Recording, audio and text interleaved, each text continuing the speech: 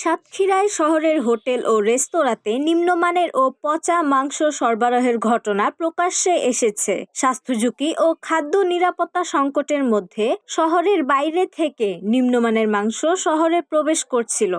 ঘটনা ঘটে শহরের লাবণী মোড় এলাকায়। মাংস ব্যবসায়ী সমিতির সহায়তায় পুলিশ ও ভ্রাম্যমাণ আদালতের টিম অভিযান চালায় এবং প্রায় ৩০ কেজি পচা মাংস আটক করে।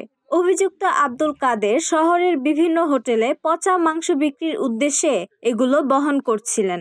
অভিযানকালে আব্দুল কাদেরকে আটক করা হয়। অবৈধভাবে তারা মাংস এখানে নিয়ে আসে, বিভিন্ন হোটেলগুলোতে সাপ্লাই দেয়। তো এটার বিরুদ্ধে আমরা অভিযান চালাচ্ছি এবং আমরা পেয়েছি কিছু এরকম।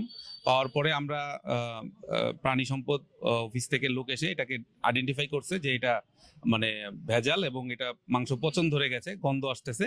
এরই পরিপ্রেক্ষিতে আমরা ভোক্তা অধিকার আইনের ৪৫ ধারায় তাকে আমরা ২ মাসের কারাদণ্ড দিয়েছি এবং তাকে ৩০,০০০ টাকা জরিমানা করা হয়েছে এবং অনাদায়ে আরো ২০ দিন তাকে জেলহাজতে রাখা হবে।